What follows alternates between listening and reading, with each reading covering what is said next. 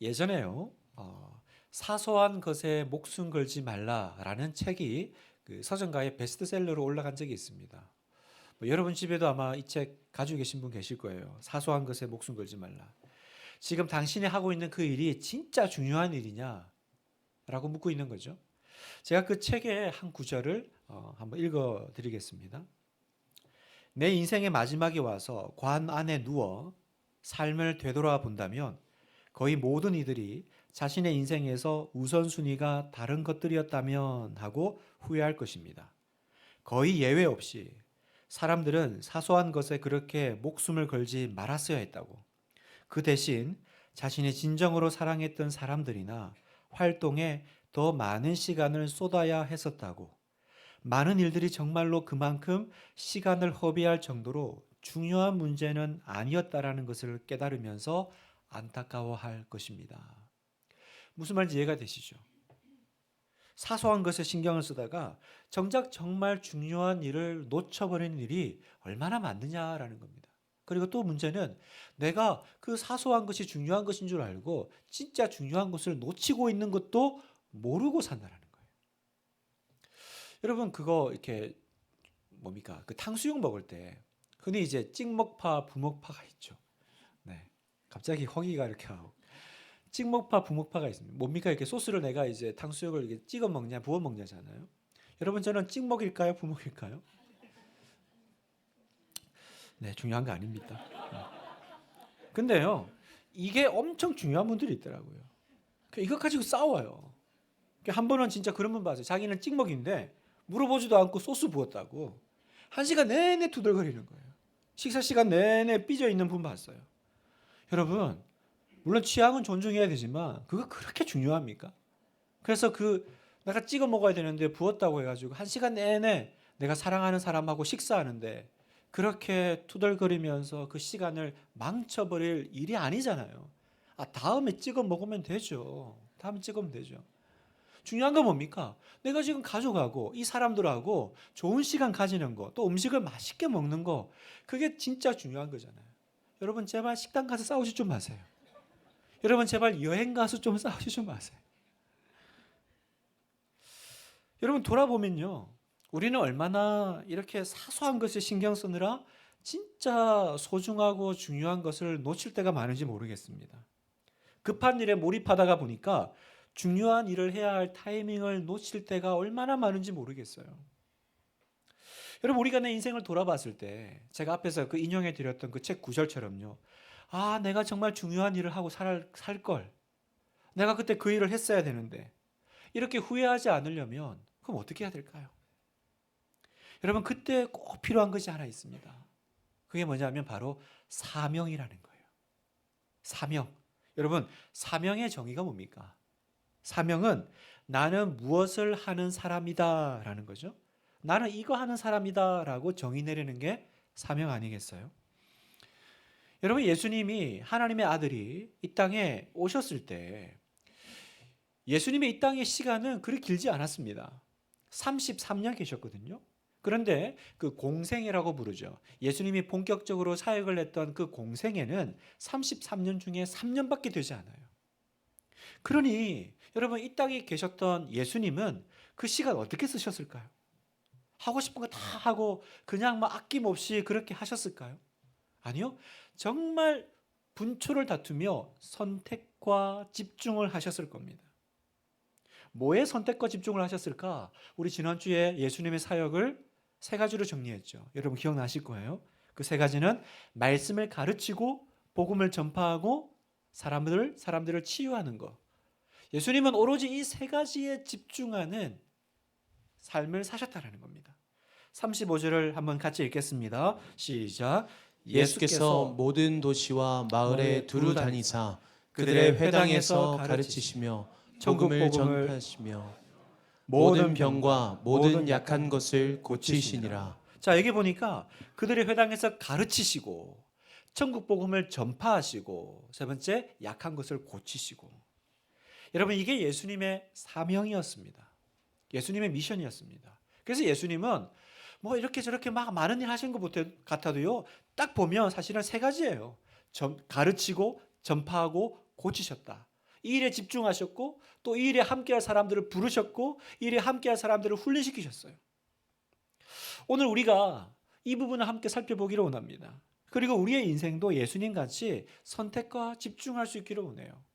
예수님이 하셨던 그 일이 우리의 일로 우리의 사명으로 들어오기를 원합니다. 왜요? 예수님의 그 일은요. 그냥 예수님이 그런 일을 하셨구나. 그거 알라고 기록해 놓은 것이 아닙니다. 예수님의 그 세 가지 사역은 결국은 교회가 해야 될 일이고 교회는 누굽니까? 우리가 교회잖아요. 우리가 살아야 될 삶의 사명이라는 겁니다. 오늘 우리가 그 사명을 깨닫고 내가 이거 하는 사람이구나. 그 사명으로 다시 가슴이 뜨거워지는 시간이 되기를 정말 주님의 이름으로 축원합니다. 자, 예수님의 사역 세 가지 그 첫 번째가 뭐였어요? 말씀을 가르치는 사역이었다라는 거예요. 여러분 예수님이 성경에서 수많은 기적을 행하셨지만요. 사실 3년 동안 가장 초점을 맞추고 집중하셨던 사역은 가르치는 사역이셨습니다. 기적은요? 기적 많았죠. 그러나 기적은 그 기적 자체가 목적이 아니에요. 기적은 뭘 위한 겁니까? 말씀이 들어가게 하기 위한 접촉점이었죠. 마음문이 열리게 하기 위한 도구였어요. 말씀을 전하고 가르치기 위해 기적을 도구로 쓰셨던 겁니다. 그러니까 우리가 처음에는 다 어떻게 교회 나와요? 어떻게 하나님 만나요? 기적과 기도 응답으로. 그죠? 우리에겐 그런 다 하나씩 어떤 체험들이 있지 않아요?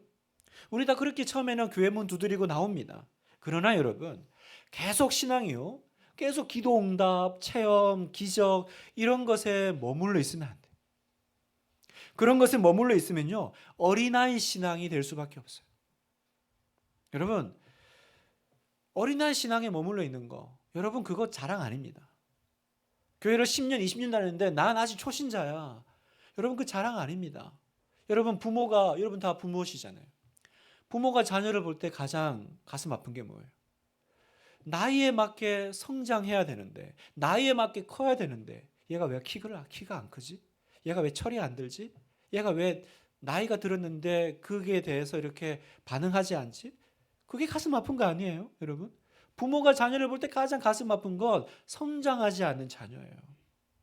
그러면 여러분 어떻게 하면 우리의 신앙이 자랄까요? 어떻게 하면 우리 신앙이 성장할까요? 베드로전서 2장 2절은 굉장히 중요한 말씀입니다. 우리 같이 한번 읽어보겠습니다. 시작. 갓난아기들 같이 순전하고 신령한 젖을 사모하라. 이는 그로 말미암아 너희로 구원에 이르도록 자라게 하려 함이라. 이는 그로 말미암아 어떻게 하면 자라요? 순전하고 신령한 젖을 사모하라. 어떻게 해요? 아기들이 우유를 먹는 것처럼. 그럼 여기서 그 순전하고 신령한 젖은 바로 말씀, 하나님의 말씀을 뜻합니다. 여러분 아기가 어떻게 자랍니까? 가만히 있으면 자랍니까? 먹어야 자라죠? 먹어야 자랍니다. 마찬가지예요. 신앙은요. 말씀을 배우고 먹을 때 자라는 거예요. 여러분 우리가 말씀을 배우고 들을 때 자랍니다. 반대로요. 아무리 내가 교회를 오래 다니고 내가 신앙의 연륜이 깊어도요. 내가 말씀을 배우지 않으면 또 말씀을 누구에게 가르칠 이제 수준이 되지 않으면요. 그분의 신앙은 참 어려요. 항상 어려요, 여러분. 올해 2025년에 우리 많은 결단과 계획이 있지만 어떻게든지 여러분 내가 말씀을 듣고 배우는 자리로 나아가리라. 그렇게 결단하는 여러분 되시기를 축복합니다. 여러분 성경을 읽으십시오. 말씀이 듣는 자리에 길을 쓰고 나아가십시오. 성경은 우리를 성장시켜요. 다른 길이 없어요. 성경은 우리를 변화시킵니다. 디모데후서 3장 14절에 그러나 너는 배우고 확신한 일에 거하라. 너는 내가 누구에서 배운 것을 알며 또 어려서부터 성경을 알았나니 성경은 능히 너로 하여금 그리스도 예수 안에 있는 믿음으로 말미암아 구원에 이르는 지혜가 있게 하느니라. 너는 배우고 확신한 일에 거하라. 여러분 어린아이의 특징이 뭐예요? 확신이 없죠. 확신이 없으니까 아무나 손잡고 일로 가자 아저씨 따라 맛있는 거 사줄게 따라가는 거예요. 여러분 배우고 확신한 일에 거하는 것이 장성한 신앙이에요. 그런데 어떻게 하면 됩니까? 성경은 능히 뭐가 우리로 하여금 확신이 있는 삶을 살게 합니까? 성경이 다시 여러분에게 도전합니다. 올해 1:1 양육 받으십시오, 여러분. 받으십시오. 신앙 강좌 들으십시오. 올해는 또 특별히 이제 성경 파노라마도 개설하고 큐티도 개설하고 결단하십시오. 태필린 그냥 이렇게 벽에 붙여놓고 와 예쁘다 그렇게 하지 마시고 글을 쓰고 암송하십시오. 저절로 되는 거 아닙니다. 붙여놓는다고 내 거 아닙니다. 여러분이 읽으셔야 해요. 기회가 된다면 제자훈련 고민하십시오. 도전하십시오. 올해는 아니지만 내가 언젠가는 이건 내가 받아야지 결단하십시오. 그렇지 않으면 여러분 세월이 가도 여러분은 잘하지 않아요. 그건 우리 하나님 마음의 근심이에요. 여러분 계속 어린아이 신앙에 머물러 있는 거예요. 올해도 이제 제자훈련 2기를 이제 모집하고 이제 오늘 이제 오리엔테이션을 하면 본격적으로 훈련이 시작될 겁니다. 화요반, 목요반, 주일반 세 팀을 훈련합니다. 작년에도 그렇게 했습니다. 1기 훈련생들이요 2년을 훈련받았어요. 여러분 세상에 훈련을 제자 성경 공부를 2년을 받아요. 무슨 이렇게 긴 게 다 있죠. 1년을 제자 훈련 받고 또 1년을 사역 훈련을 받고 쉽지 않았습니다. 쉽지 않은 여정이었어요. 우리 집사님들 참 고생했어요. 애썼어요. 그런데 여러분 참 훈련생들도 힘들었지만 저도 녹록지가 않았습니다. 특히나 이렇게 주일반은요 이렇게 주일 사역 끝나고 가려고 하면요 일단 바카스를 하나 먹어야 돼요. 바카스를 먹고 이렇게 힘을 내고 입안에 이제 초콜릿을 털어넣고 마음속에 몇 번 다짐해야 돼요. 아자 가자. 그리고 가는 거예요. 그렇게 가도 어려워요. 힘들어요. 그리고 이제 수료를 했죠. 근데 올해 또 다시 해야 돼. 우리 남자 집사님 한번 얘기해 보십시오. 여러분 다시 군대 가고 싶어요? 안 가고 싶어요? 군대는요 모르면 가는 거죠. 알고는 못 가요. 알고는 못 가요. 저는 아는 거예요. 이 작년에 했잖아요. 근데 또 이걸 다시 들어오면 뭡니까? 새로 세계반을 하려니까 막 엄두가 안 나는 거죠. 그냥 한 개반만 할까? 뭐 그런 생각도 하고요. 그런데 다시 하죠. 아니 그 힘든 걸 왜 합니까? 이유는 하나입니다. 사명이니까요. 사명이 뭐라고요? 나는 뭐 하는 사람이지를 묻는 거예요. 나는 이거 하는 사람이잖아요. 여러분 왜 훈련 받으세요? 그 바쁜 와중에 어떻게 훈련을 2년 동안 받아요? 왜냐하면 교회는 이거 하는 사람들이니까, 성도는 이거 하는 사람들이니까. 여러분 교회는 뭐 하는 곳입니까? 여러분 교회 오면 그냥 모이고 예배드리고 교회 이게 교회가 아니라 교회의 첫 번째 사명은 뭐라고요? 말씀을 가르치는 거. 말씀을 가르쳐야 교회입니다, 여러분. 그리고 말씀을 배워야 교회예요. 우리는 이거 해야 합니다. 분당 하나교회는 첫 번째가 이거여야만 합니다. 교회 와서 뭘 기대하세요? 교회 와서 어떤 걸 기대하세요? 말씀 배우는 걸 기대하셔야 돼요. 두 번째, 복음을 전파하는 사역입니다. 예수님이 하셨던 두 번째 사역, 복음을 전파하고 선포하셨죠. 여러분, 그게 그거 아닌가? 가르치는 거하고 복음을 전파하는 거 개념적으로 좀 달라요. 복음을 전파했다라는 건 쉽게 말해서 전도입니다. 전도하는 거죠. 여러분 예수님이 이제 그 공생애를 시작하면서 첫 번째 외치신 그 첫 메시지 사역이 있죠. 그 메시지가 있습니다. 마태복음 4장 17절. 이때부터 예수께서 비로소 전파하여 이르시되 회개하라 천국이 가까이 왔느니라. 전파하셨다. 뭐라고 말씀하셨어요? 회개하라 천국이 가까이 왔다. 여러분 복음이란 무엇입니까? 우리가 복음 그러잖아요. 복음을 믿으라. 복음이 뭡니까? 복음은요 회개하고 예수님 믿는 게 복음입니다. 어려운 게 아니에요. 천국은 뭡니까? 바로 예수 그리스도께서 천국이십니다. 예수님을 믿는 삶이 천국입니다. 그러니까 내가 복음을 믿는다는 건 뭐냐면 회개하고 예수님을 믿는 거. 예수님께서 그렇게 온 마을과 도시를 두루 다니시면서 복음을 전하셨어요. 전파하셨어요. 그러면 교회는 뭐 해야 합니까? 예수님은 그 일을 하셨대요. 그럼 교회는 뭐 해야 해요, 여러분? 전도해야죠. 온 마을과 도시를 두루 다니며 전해야죠. 복음을 전파해야 됩니다. 근데 여러분 여기서 중요한 것이 한 가지 있어요. 예수님은 회개하고 예수 믿으면 좋겠다 이렇게 말씀하지 않으셨어요. 회개하라 하셨어요. 복음을 믿으라 하셨어요. 여러분 이게 선포죠. 선포입니다. 여러분 그런 의미에서 복음은 타협이 없어요. 당신은 죄인입니다. 예수님 믿으십시오. 회개하십시오. 직설적으로 나아가는 겁니다. 그래서 이거는 가르치는 사역하고 다른 거예요.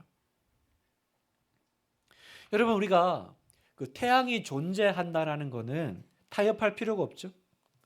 우리는 태양이 존재한다라는 사실을 설득하지 않아요. 그냥 알리죠. 선포할 뿐입니다. 그 사실을 믿고 안 믿고는 그 사람의 자유예요. 그래서 누가 안 믿는다고 좌절할 필요가 없습니다. 왜요? 그 사람이 태양을 안 믿는다고 해서 태양이 없어지는 게 아니기 때문이죠. 무슨 말씀을 드리고 싶냐면 하나님도 마찬가지시라는 거예요. 여러분, 전도는 설득이 아닙니다. 그래서 교회 나오라고 하나님 믿으라고 우리가 설득을 하잖아요. 애원을 하잖아요. 여러분, 전파는 뭐냐면 그냥 전하는 거예요. 전하는 겁니다. 하나님 살아계십니다. 세상이 믿든지 안 믿든지 살아계시고 천지를 창조하셨습니다. 여러분, 우리가 안 믿는다고 해서 하나님이 없어지는 것도 아니고 또 내가 믿는다고 해서 하나님이 더 위대해지시는 것도 아니에요. 그런 걸로 결정되는 게 아니에요. 그냥 하나님은 하나님이시고요. 복음은 그런 거예요. 우리는 뭐합니까? 다만 선포할 뿐이에요. 여러분, 교회의 사명이 여기 있습니다. 듣든지 안 듣든지, 그럴 상황인지 아닌지, 그거 우리 몫이 아닌 거죠. 그 사람이 내 얘기를 듣고 믿냐 안 믿냐, 여러분 책임 아니에요. 우리는 그냥 전하는 거예요. 믿고 안 믿고는 그분의 자유. 그래서 디모데후서 4장 1절 2절 말씀 우리 같이 한번 읽어볼까요? 시작. 하나님 앞과 살아있는 자와 죽은 자를 심판하실 그리스도 예수 앞에서 그가 나타나실 것과 그의 나라를 두고 엄히 명하노니 너는 말씀을 전파하라. 때를 얻든지 못 얻든지 항상 힘쓰라. 범사에 오래 참음과 가르침으로 경책하며 경계하며 권하라. 엄히 명하노니, 엄히 명하노니, 명령이죠. 너는 말씀을 전파하라. 때를 얻든지 못 얻든지. 이게 교회의 두 번째 사명이다라는 거예요. 오래 참음과 가르침으로. 믿고 안 믿고는 그분의 자유예요. 우리는 그냥 오래 참으며 우리는 언제든지 복음을 회개하라, 그리고 예수님 믿으라, 이 복음을 전하는 것. 이게 바로 교회가 해야 될 중요한 두 번째 사명, 미션 스테이트먼트라는 거죠. 여러분, 우리 교회는 그렇게 하고 있나요? 여러분은 그런 사명을 살고 있습니까? 세 번째, 사람을 치유하는 사역을 하셨다라는 거죠. 예수님은 모든 병과 약한 것을 고치시는 사역을 하셨죠. 죄로 병든 육신과 영혼을 치유하고요, 죽음과 절망으로부터 건져내는 것, 바로 고치고 치유하는 사역입니다. 여러분, 치유가 없는 기독교는 기독교가 아니에요. 그냥 말로만 이렇게 괜찮다 격려하고 응원하는 것으로 끝나는 건 기독교가 아닙니다. 여러분, 주님은 치유하셨습니다. 고치셨습니다. 그렇다면 오늘도 교회 안에, 우리의 복음 선포 안에 주님이 주시는 놀라운 치유와 기적의 역사가 일어날 줄 믿습니다. 그런데 여러분, 예수님의 그 모든 사역의 그 근간을 보셔야 돼요. 예수님의 그 모든 기적의 그 근간이 뭐라고 말씀하셨어요? 우리 지난주에 살펴봤습니다. 바로 불쌍히 여기는 마음. 36절. 무리를 보시고 불쌍히 여기시니 이는 그들이 목자 없는 양과 같이 고생하며 기진함이라. 여러분, 여기서 불쌍히 여기다라는 이 단어가 뭐라 그랬어요? 창자가 끊어지는 듯한 고통. 그냥 가엾네 이게 아니라 뭐예요? 컴패션이죠. 함께 아파한다는. 영어로 컴패션. 부모가 자녀를 바라볼 때 그 애끓는 마음이 있죠, 여러분. 그 정말 진짜 속이 끊어지는 그 마음이 있잖아요. 왜 끊어집니까? 여기 보니까 목자 없는 양과 같이 고생하며 기진함이라. 여기 고생하며 기진했다고 했어요. 이 고생하고 기진했다라는 이 말을 그 원어적인 느낌을 좀 더 살린다면 고생은요, 마음이 너덜너덜해졌다는 거예요. 기진했다는 건 뭐냐면 머리로부터 바닥으로 꼬꾸라졌다라는 뜻입니다. 그러니까 마음이 너덜해지고 완전히 그냥 위에서부터 밑으로 꼬꾸라진 그 상태를 바라보는 그 부모의 심정은요, 창자가 끊어지는 마음 아니겠습니까? 여러분, 우리의 모든 사역의 근간은요, 바로 이 긍휼의 마음이어야 한다는 거예요. 여러분, 우리가 어떤 봉사를 하고 어떤 섬김을 하든, 그래서 뭐 순장으로 섬기든 교사로 아이들을 가르치든 안내를 하든 주차를 하든 어떤 사역을 하든요, 여러분, 우리의 마음은 뭘로 해야 합니까? 불쌍히 여기는 마음이요, 긍휼히 여기는 마음이요. 여러분이 민망히 여기는 이 컴패션이 바로 우리의 사역의 에너지여야 한다는 거예요. 그때 기적이 일어나는 거예요. 여러분, 우리는 예수님처럼 치유를 할 수 없죠. 우리가 기적을 일으킬 수 있습니까? 우리는 그럴 수는 없어요. 그러나 우리가 할 수 있는 게 있죠. 불쌍히 여기는 거예요. 그 사람을 대신해서 아파하는 거예요. 여러분, 그 마음이 누구 마음이라고요? 예수님 마음이죠. 그러니까 우리가 그 마음을 품으면 그때 우리의 마음과 예수님의 마음이 싱크가 되는 거죠. 동기화가 되는 거예요. 그 마음이 동기화가 될 때 예수님의 능력이 그 마음을 통해서 흘러 들어가게 될 줄 믿습니다. 여러분, 생명 구원의 역사는 언제나 그때 일어나더라고요. 여러분, 언제 변화가 일어나요? 여러분, 우리 가족들, 우리 배우자, 우리 자녀들, 또 직장 동료들, 상사들, 갑질하는 사장님들, 우리 기도하잖아요. 왜 안 바뀝니까? 왜 기적이 일어나지 않죠? 왜 하나님의 터치가 일어나지 않습니까? 여러분, 울어야 살아요. 여러분, 우리가 정말 내 배우자의 변화를 원한다면 하나님 앞에서 그 영혼을 붙잡고 울어야 해요. 긍휼히 여겨야 돼요. 불쌍히 여겨야 돼요. 그때 그 마음이 예수님의 마음과 동기화가 되고 그 마음이 있는 곳에 기적이 일어나게 되는 것입니다. 그래서 여러분, 우리는 정말 세상을 바라볼 때, 사람을 바라볼 때, 교회 오면 옆에 계신 분을 바라볼 때 정말 불쌍히 여기셔야 돼요. 그리고 그 사람에게 관심을 좀 가지셔야 돼요. 여러분, 다른 사람의 영혼에 관심이 있는 사람이 되기를 축복합니다. 옆에 인사하라 그러면 그냥 이렇게 땅 보고 인사하지 말고 정말 저분의 얼굴에 무슨 근심과 수심이 있는지 한번 보셔요. 여러분, 집에 가면요, 집에 가면 다른 가족들에게 관심을 가지세요. 그런 집이 있잖아요. 탁 들어가면 딱 각자 자기 방으로 탁 들어가가지고 나타나지 않는, 사람이 집에 왔는데 아무도 나와보지 않는, 왜? 뭐 아는 사람인데 그냥 그렇게 사는 거예요. 관심이 없는. 그러니까 저희 집은 룰을 하나 정했어요. 현관문에 인기척이 나고 누가 들어오면 무슨 일을 하든지 일단 다 나와본다. 왜냐하면 제가 왔는데 아무도 안 나와봐요. 제가 가서 일일이 인사드려요. 아빠 왔다, 여보 나왔어, 이렇게 방문마다 찾아가면서. 이거 이상하잖아요. 그래서 왜 이렇게 관심이 없지? 그래서 우리 집은 그냥 그렇게 룰을 하나 정했어요. 누가 들어오든 일단 사람이 들어오면 하던 일 멈추고 나와서 반긴다, 환대한다, 인사한다. 좋더라고요, 여러분. 네. 여러분도 해보세요. 여러분, 다른 사람에게 관심이 있어야 돼요. 탁 들어오면 밥 먹을 때만 쏙 나와보고, 다 각자 방에 들어가서 유튜브 보고 책 보고 뭐 할 일 없고. 여러분, 사람들 속으로 들어가시기를 축복합니다. 깨어진 관계 속으로 들어가기를 축복합니다. 들어가서 그 마음을 만지십시오. 불쌍히 여기십시오. 그 영혼을 위해서 기도해 주세요. 그러면 치유가 일어나게 될 줄 믿습니다. 여러분, 병든 분이 있습니까? 아픈 분이 있습니까? 두려워하지 말고 기도하세요. 나는 능력이 없지만 내가 저 사람을 위해서 아파하면 주님께서 그 사람을 치료하실 거예요. 의인의 기도는 역사하는 힘이 큰 줄 믿습니다. 의인의 간구는 힘이 있다고 믿어요. 그 의인이 뭡니까? 다른 사람을 품는 기도죠. 우리 교회에 그 교도소 사역을 하시는 변호사 집사님이 한 분 계세요. 제가 이제 지난주에 그 사무실을 이제 방문을 했는데, 갔더니 그 집사님이 본인이 이제 맡고 있는 재소자, 이제 국선 변호라고 하잖아요. 그 재소자가 보내준 편지를 보여주세요. 편지가 한 통이 아니고 꽤 돼요. 그러니까 이분이 어떤 분입니까 했더니 세상을 떠들썩하게 만든 사건의 당사자래요. 그래서 저는 잘 모르는데 뭐 뉴스, TV에 한동안 엄청 나왔대요. 사람을 죽였고요. 그리고 또 뭐 이렇게 그 감옥에 들어가기 전에는 이제 무당이셨던 이제 분이셨대요. 그런데 이제 제가 편지를 이렇게 읽는데 되게 신기한 게 있어요. 그게 뭐냐면 편지의 서두가 삼촌 숙모에게 이렇게 시작하더라고요.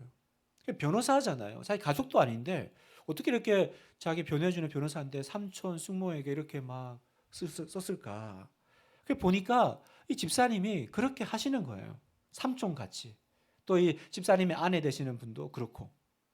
단지 변호만 해주는 것이 아니라 그 사람 마음을 만져요. 돈을 받아야 될 분인데 영치금을 넣어주세요. 아니 세상에 어떤 변호사가 돈을 넣어주면서 변해주는 분이 있습니까? 그러니까 지금 이 사람이요. 마음문이 활짝 열려가지고 이제는 이분이 예수님을 만났어요. 그리고 교도소에서 아직도 교도소 복무기간이 30년이 남았대. 근데 거기서 복음을 전하는 전도자가 되어 계신 거예요. 그 무당분이. 그 집사님이 그러세요. 자신은 분당 하나교회가 교도소로 파송한 선교사라고 생각하신대요. 사랑하는 성도 여러분, 이게 사람 살리는 일이죠. 여러분, 이게 사람을 치유하는 사역이에요. 기적을 행하고 뭔가 이렇게 뭐 병이 낫고 뭐 그런 것만이 치유하는 것이 아닙니다. 여러분, 교회는 이런 일을 해야 합니다. 여러분, 교회 안에는 이런 일이 있어야 돼요. 교회는 세 가지 가르쳐야 됩니다.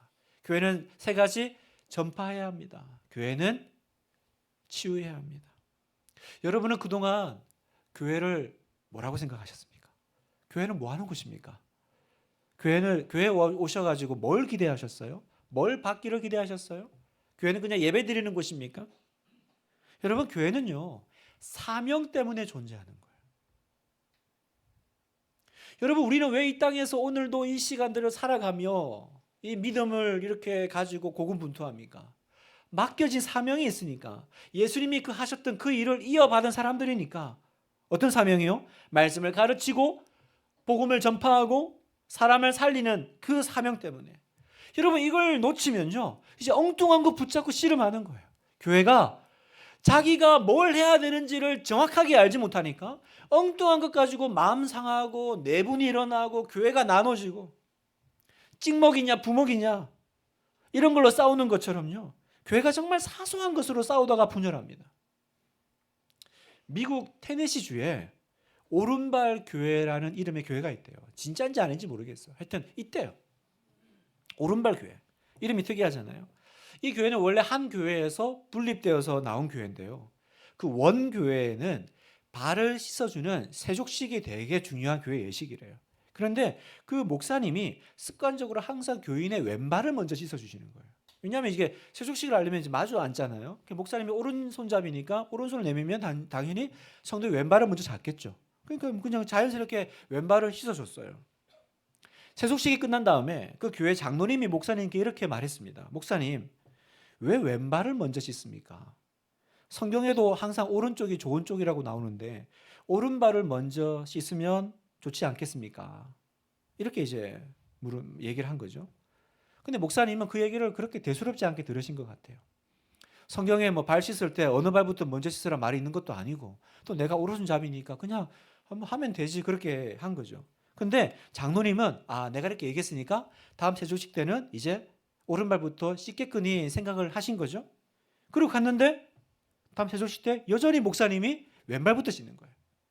여기 장로님 화가 나셨어요. 그래서 교인들을 선동해서 교회를 나가버렸고 새로 교회를 세웠는데 교회 이름이 오른발 교회라. 성도 여러분, 우리가 중요한 거 놓치면 이럴 수 있습니다. 여러분, 오른발이면 어떻고 왼발이면 어떤 거예요?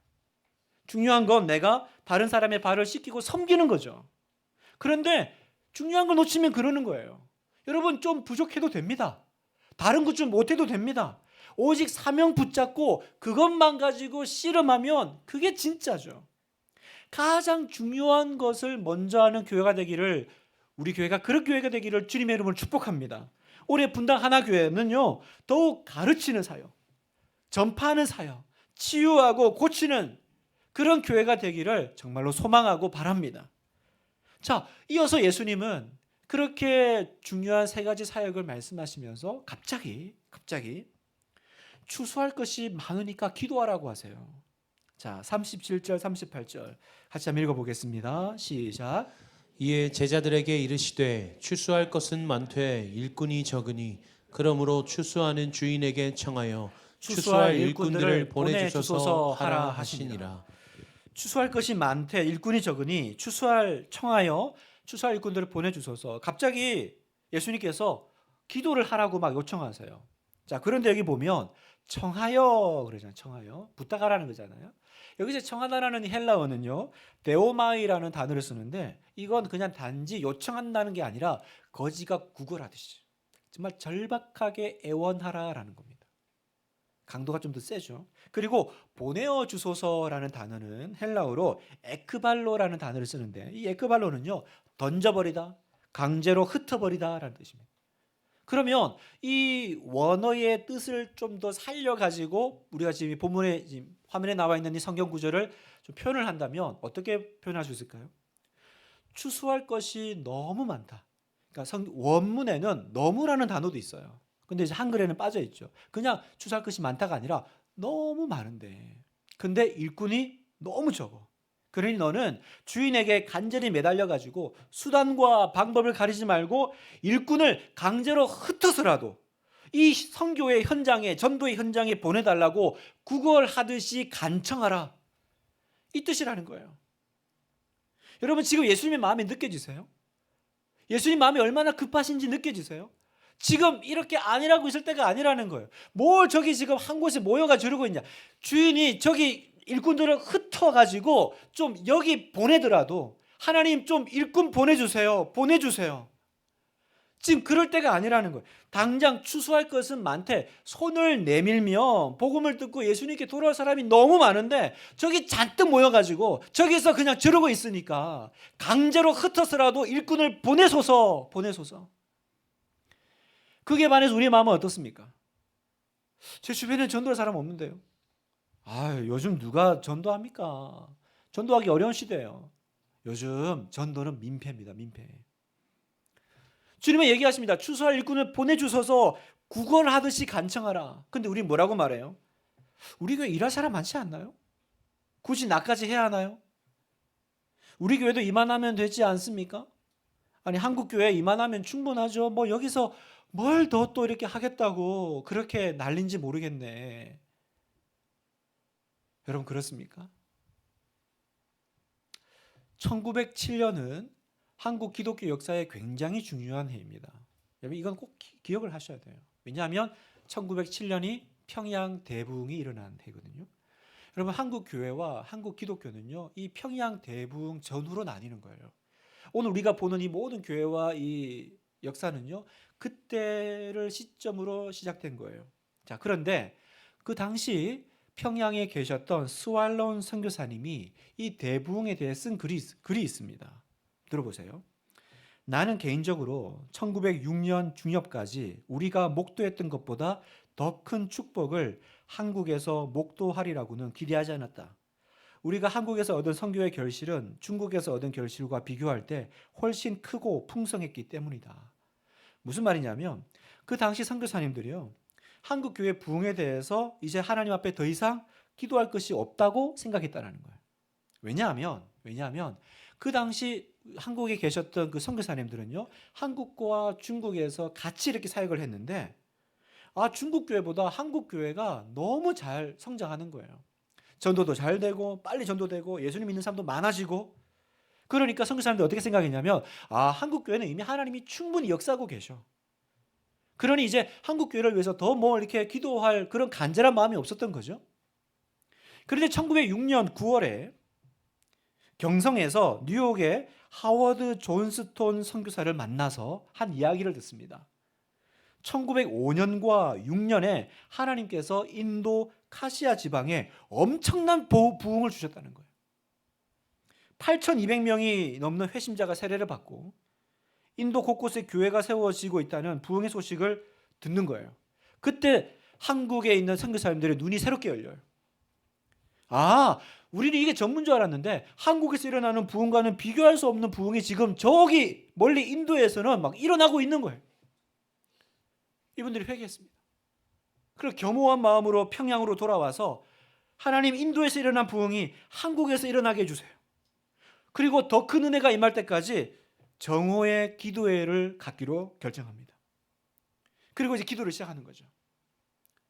자, 그런데 선교사님들이 모여서 약 한 달간 이제 기도회를 했는데 아무런 특별한 일이 일어나지 않는 거예요.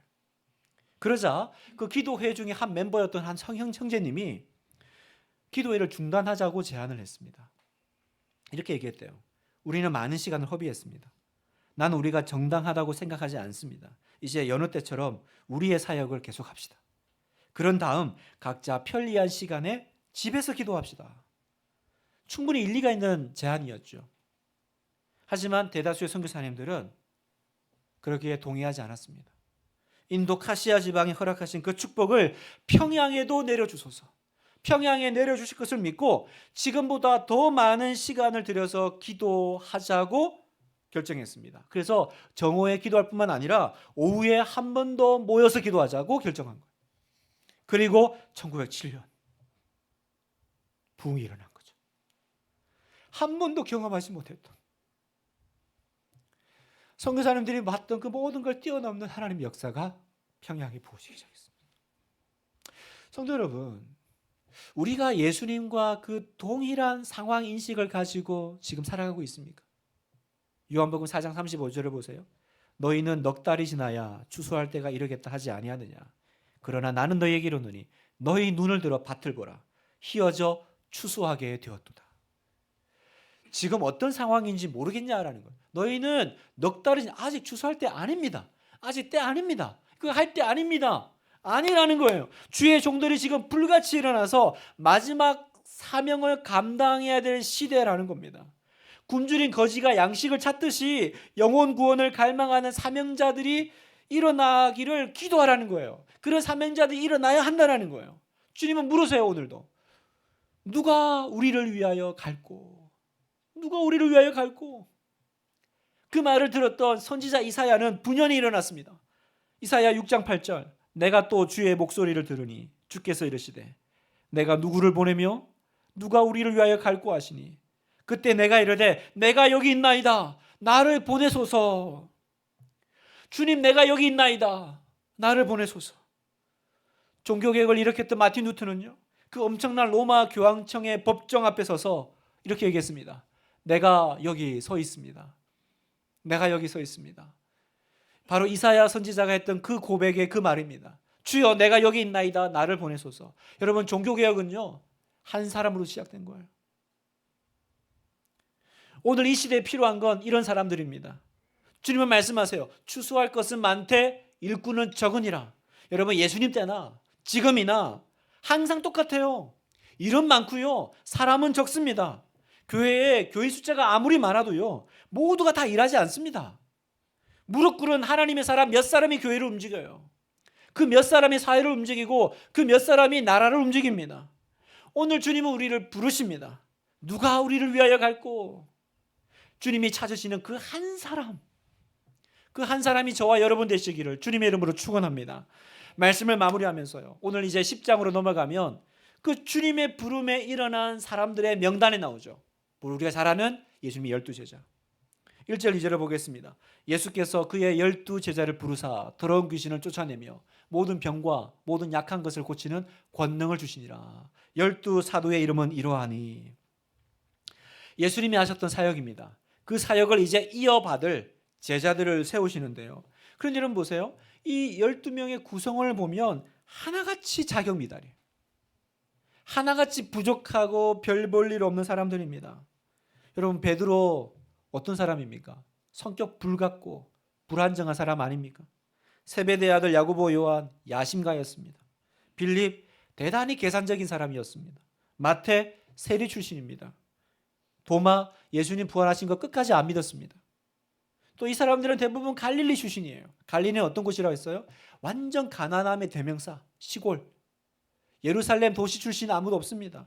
그나마 가장 도시형이고요, 지성적인 사람이 가룟 유다인데 오히려 그 가장 지성적인 사람이 실패하고 망했죠. 그런데 여러분, 이렇게 자격 없고 평범한 사람들이 예수님의 손에 붙들리자 하나님 나라 기둥됩니다. 교회 기둥됩니다. 오늘 주님은 여러분을 예수님의 제자로 부르고 계십니다. 12사도의 이름은 이러하니 베드로, 안드레, 야고보, 요한, 그리고 여러분. 13번째 제자, 그 자리로 여러분을 초대하고 계신 거예요. 사랑하는 성도 여러분, 우리는 뭐 하며 살아야 됩니까? 우리는 어떤 인생을 살아야 됩니까? 아직도 여기저기 기웃거릴 때가 남아 있습니까? 여러분, 아직도 안 가본 게 있어요? 아직도 못 해본 것이 있습니까? 여러분, 이제 우리가 이것저것 다 해볼 시간이 없어요. 우리가 해야 될 일은 너무 선명합니다. 가르치고 전파하고 치유하는 사역. 내 일을 위해서 내 모든 것을 이제 던져도 모자랄 판입니다, 여러분. 어떤 인생이 하나님 앞에서 복된 인생입니까?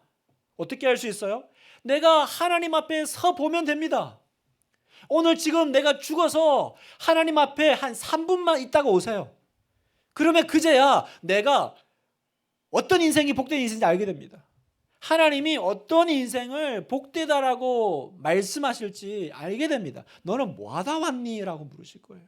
여러분, 주님을 위해 살아가는 거, 내가 주님의 제자로 걸어가는 거, 내가 가르치고 전파하고 사람을 살리는 그것이 우리의 사명이 될 때 우리의 가슴은 다시 사명으로 뜨거워지고 우리는 복된 인생을 살아가게 될 줄 믿습니다.